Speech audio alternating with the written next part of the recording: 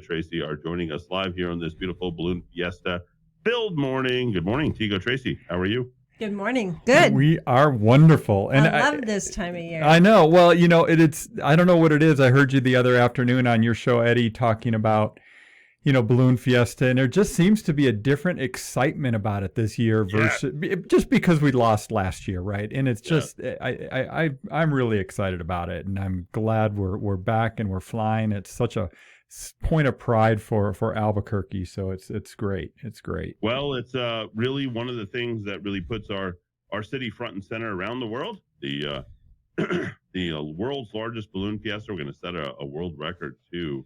583 balloons are going to go up at one time. So this is one of those magical time of the year. Yeah. And I will say what's really kind of cool is you can see the adjustment in the temperatures, the little nip in the air, the coolness that comes in. Then you start feeling the waft of the breakfast burritos, and the chili start coming in, and the wine, and as we get through our wine festival, crush the grapes, and you're like, oh my gosh, I realize why Albuquerque is the best place in the world. Yeah. And everybody actually thinks that as well during this time. So we got a lot to get to. We're going to talk about real estate. We're going to keep you guys trapped here. The land entrapment, we want to keep you here. We're going to keep you and hold you and call it all ours. We want to keep you forever here in Albuquerque. We have a grand open house weekend that's happening this weekend. First look at September home sales. Tego and Tracy always have the Statomatic on board, and he'll spit out all the stats so you guys know where you're at. We're now burrowing into our fourth quarter, ladies and gentlemen. More home affordability numbers and affordability programs are coming. And is this the best time of year to be a buyer? Maybe it might be. And Tego and Tracy will give you the information on that. We have our home of the week or homes of the week in our open houses as well. And we'll ask the age-old question, what actually is a bedroom? I don't know what it is, but Tego and Tracy certainly do. They'll tell you all about it here in our real estate show. Tego, Tracy, take it away. Thank you. Thank you, Eddie. And, if you're just in Albuquerque for the Balloon Fiesta, welcome. Glad you're here. We do a radio show, been doing a radio show here in Albuquerque every Saturday morning for 8 years, talking about the real estate market here in Albuquerque. This is what we do.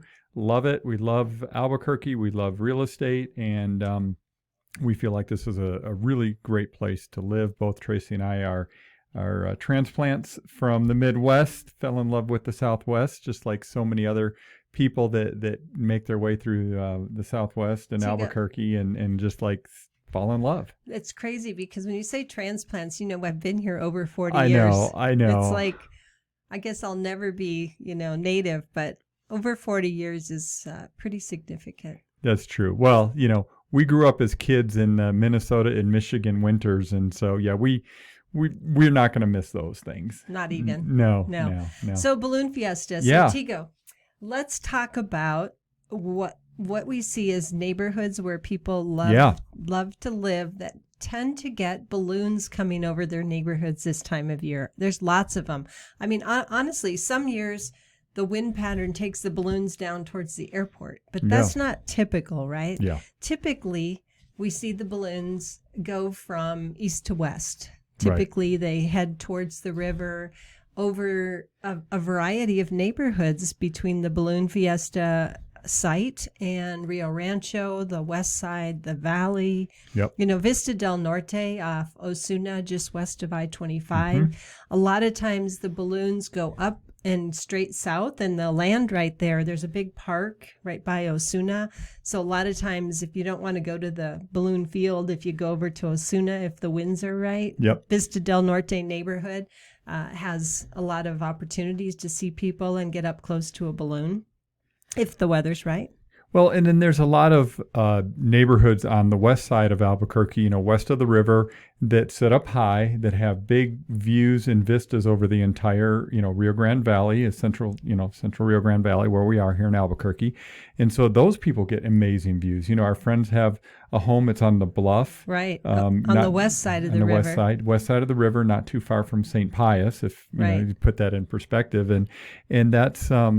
they get some amazing views. People, the balloons coming down the river going Right. south. Yeah. That's what I was going to say. So the river, there's a lot of balloonists that like to do what do they call it? The dash, dive and dash, Yeah, or exactly. whatever. Shoot, splash and dash. Splash and dash. Yeah. Yeah. So their goal is to go to the river, lightly touch the water with their gondola, and go right back up again, Yep. right? So when you're in the area of the river, a lot of times you can see balloons up close. A lot of times on the bridges, there's parking on both sides at Paseo, Montano, Alameda. So a lot of times those parking lots are full during Balloon Fiesta. Use the parking lots. Yeah, don't park on the road. Yeah.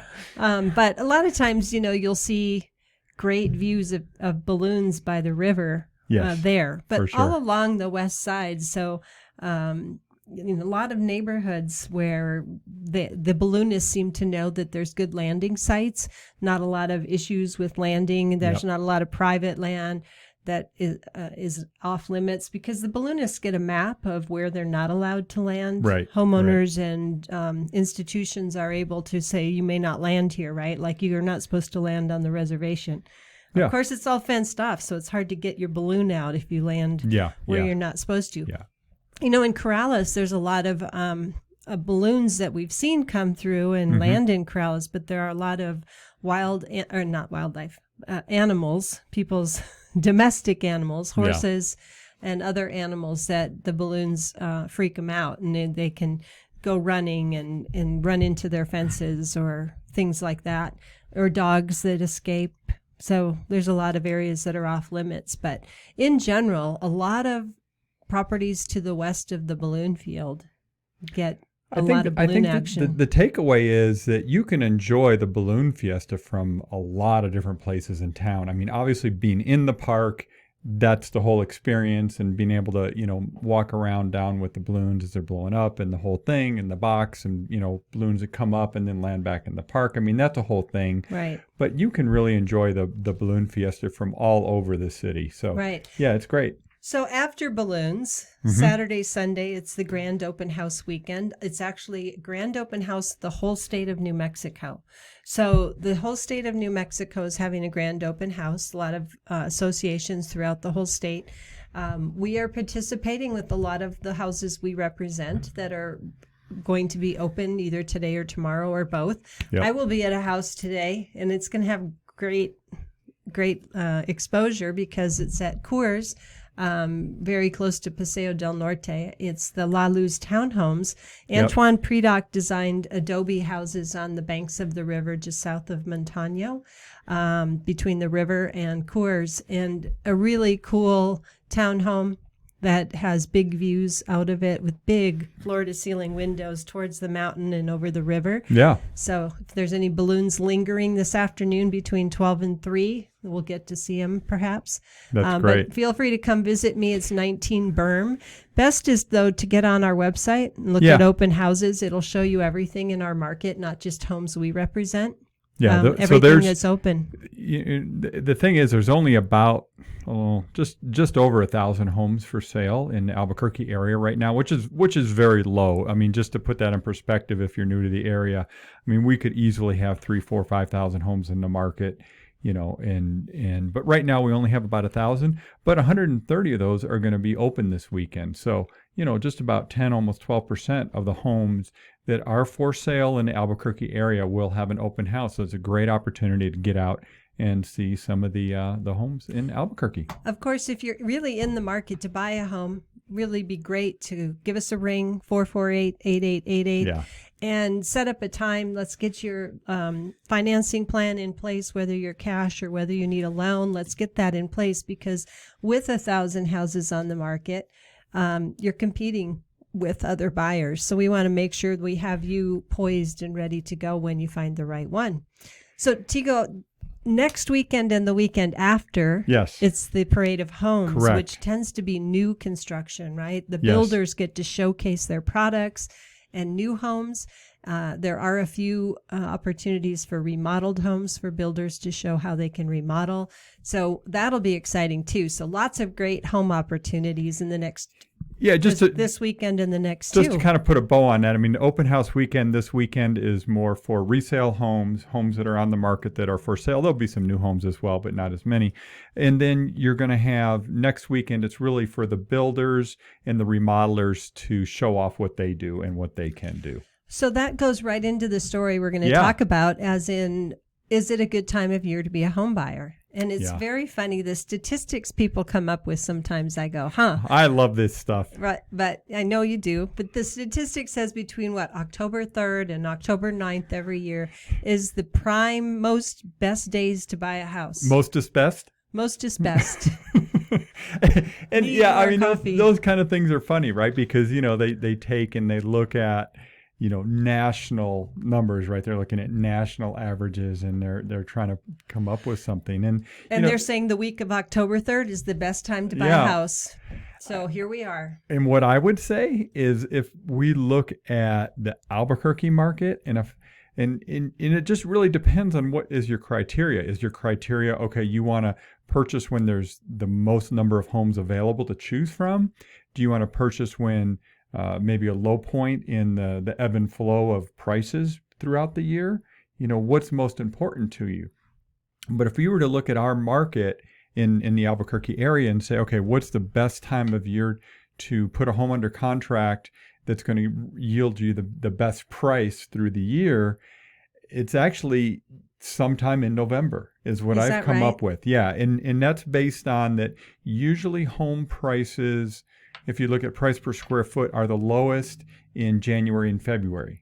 So you think about homes going under contract in November, December, right? That's when those homes actually went under contract. So I'm thinking it's November, December if you're looking at it from a pure pricing standpoint. However, if you look at it from an availability standpoint and having the most choices, it's more like April. Right. In May. Actually, May is probably even better because March, April, we don't have quite as much. And usually by May, that's when we see the most number of homes on the market. So the answer to this question of what is the best time to be a home buyer is it depends. I was going to say, and we haven't even answered that question, really. Right. We can look at every statistic out there, and really, when's the best time to be a home buyer? When you're ready, when you need a house, when it's right for you. Yeah. Right. Yeah, absolutely. Yeah. Yeah, absolutely. No. And again, I mean, if you go back and look at the data, I just pulled it up here just to verify what I was thinking was true. Yeah, it's May, June is when we have the peak number of homes on the market. So historically, perfect. Historically, in our market, not even nationally. Yeah, no, in our market, in Albuquerque. Speaking of Albuquerque market, we've got the first look at some of the September data. And September, the short of it was very strong home sales month in Albuquerque. Our pending sales were actually above September 2020, which was a big year. Which was obviously last year was a big year, especially late in the year last year. It was very strong. The thing that's going to be interesting though, when you actually look at closed sales, it's actually going to show that it was negative versus last year 2020. But comparing any market data to things, especially in late 2020, is a bad idea because we had that, basically pause March, April, and let's say into May. And then after that, all that pent up demand just kind of took off. So everything got pushed from, middle year to the end of the year. So be careful when you see those headlines that say home sales decreased versus last year for September. Well, yeah, that's no surprise. Right. A couple other things, home prices continue to go up. Pretty much what we expected. Price per square foot pulled back slightly from last month, but it's still, very, very much ahead of what we've seen in years past. If you look at the 12-month average price per square foot, it's increased about 16% over the year. So, home prices continue to increase, and the number of homes on the market still very, very slim compared to the type of demand that's out there. Supply demand ratios are very tight. So that's just a real quick kind of summary of our market. And right now we don't see anything that's going to suddenly, bring this flood of homes onto the market. And we're not going to get into the forbearance foreclosure thing. Not this time. I've been following it very closely, and I'll just say it doesn't look like we're going to get this big flood of homes. Okay, so we're going to talk about something else. Okay. We're going to talk about rental scams. Oh, man. So we've had 2 of our rental houses come up and be available lately. And we know this happens regularly, but boy, rampant rental scams out there, right? Well, we hear about it all the time. We've seen our homes that are for sale. Let me just kind of explain what the scam is. The scam is somebody, they're probably not even in the United States, right? They take the photos that are posted for either a home for rent or a home for sale. They post it on a website like a Craigslist or like a Facebook marketplace, someplace where you can just post a free, ad, right? A home for rent. And what they'll do is they'll get some sort of, phone number that's not a real number. It's just some, like a Google number. Yeah, like a Google They get a real number, but they get a real number. And it might even be a local number. Sometimes it's not a local number, but a lot of times it's a local number. So it's just, it doesn't matter. And then they start, you reach out to them, they start communicating with you and telling you they're the owner. And then they say, oh, I'm in the hospital, or, oh, I had to leave town right away and I just need somebody to take care of my home. They give you some sob story. And the scam is they're trying to get you to send the deposit.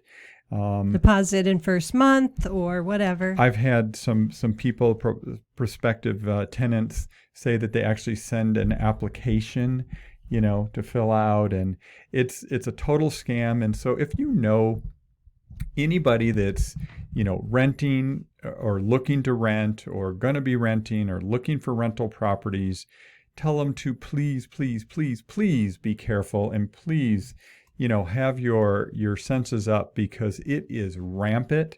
It's happening on all the time. It's just all the time. So, and I would guess that half of the homes that are listed for rent on Craigslist end up being scams.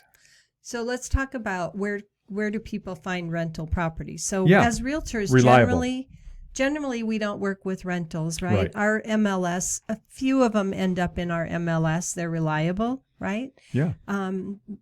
Google Albuquerque Property Management. You'll find Tyson Properties, AIM Property Management, Maddox and Company, Sky Management, all these different companies that are real property managers, and you go to their website specifically and see what's available, right? Mm-hmm. Or get with one of those folks that literally works with rental properties, and then you're safe, right? Yeah. Unfortunately, our MLS isn't heavily used by the rental market. Correct. So we don't have one great database just to go to find a lot of rentals. You would really have to just find property managers, by Googling Albuquerque Property Management or Rio Rancho Property Management and going directly to their sites or giving them calls. I will say this, but I want to put a caveat on it, because, scams are scams and scammers always figure out ways to trick people. But websites like Zillow, websites like apartment.com, you're going to have a better chance of them not being scammed, because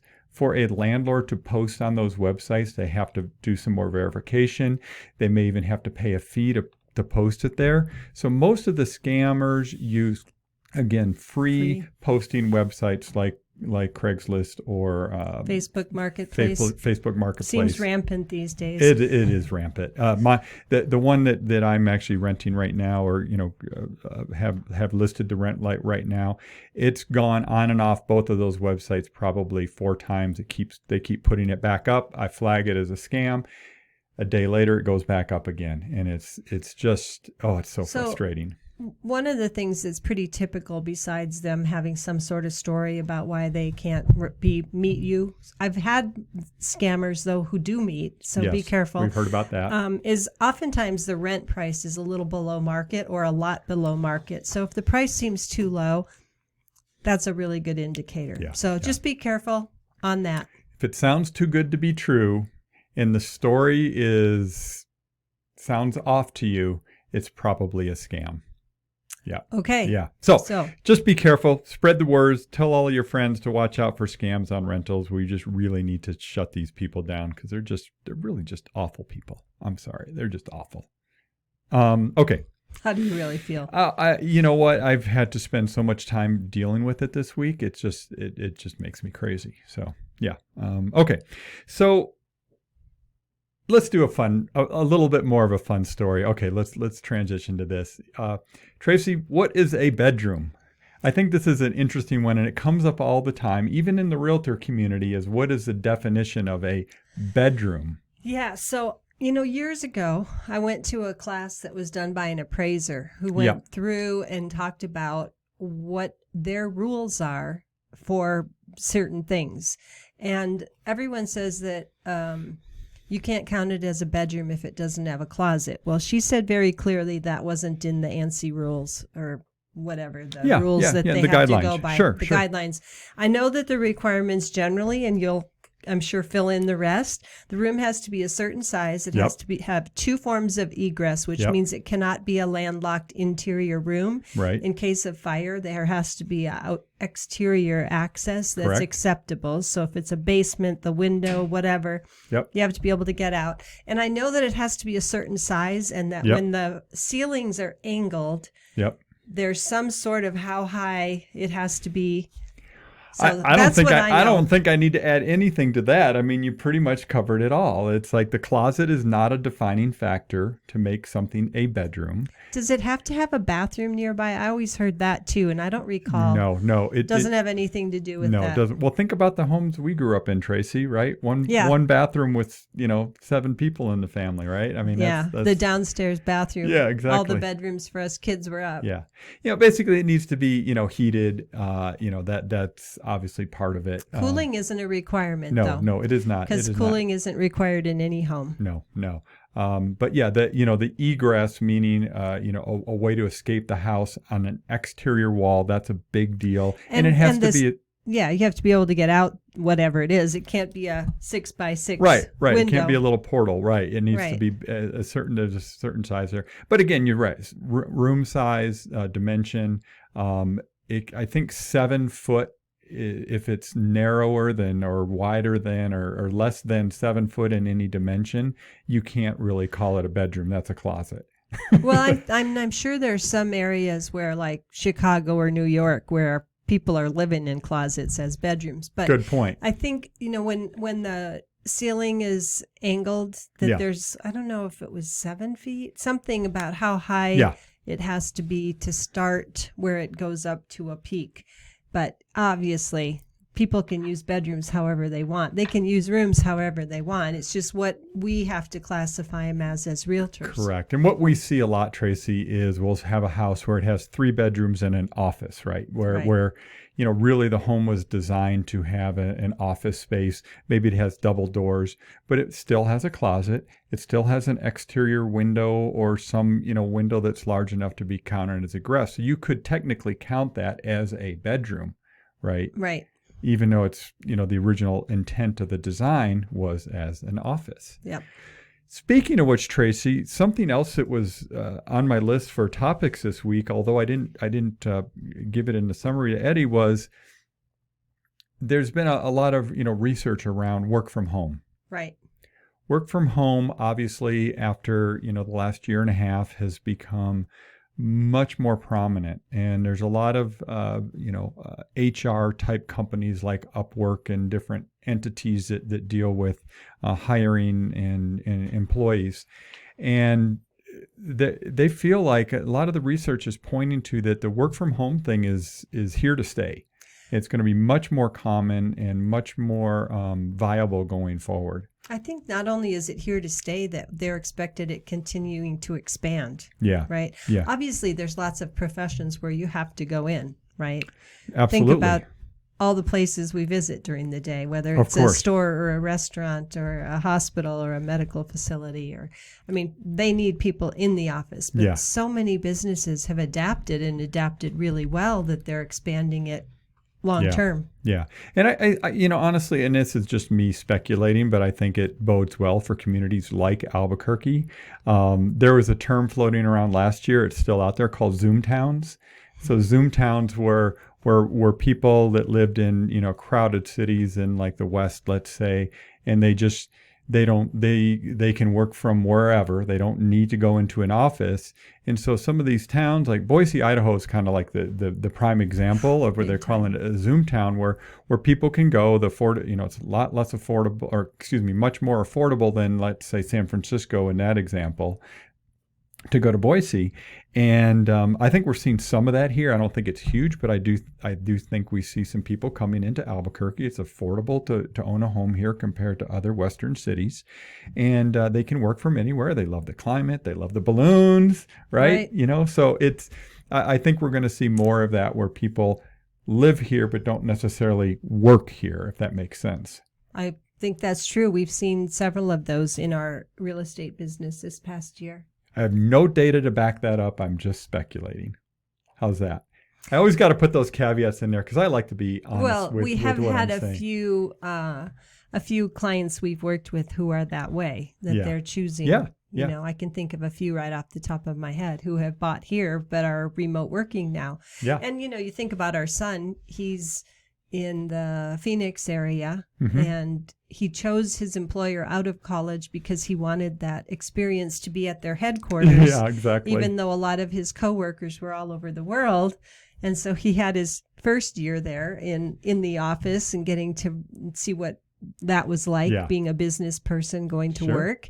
And now he's worked from home. And I think, we had this conversation with somebody this week, and they were saying that the workplaces of the future for those people, that companies that have huge facilities that are sitting empty mostly right now, that they're converting spaces to be more like the coffee shop, the meeting space, so that they will still have some in-person get-togethers just for the social interaction of it. But nobody's probably ever going to work in those offices again like they had. And this is a really big company we were talking with. They have a lot of hard space, right? A lot of they do office space, very high dollar space, and very high dollar cities high rent. too. High rent cities. So it's interesting. So we're going to see how that shakes out. I wouldn't want to be a huge holder of office commercial real estate right now, but I'm sure it depends on the market, I would guess. So, and you see the national news about New York City and how businesses are moving back in there. So who knows? We could be wrong. It wouldn't be the first time. It would not. It would definitely not. And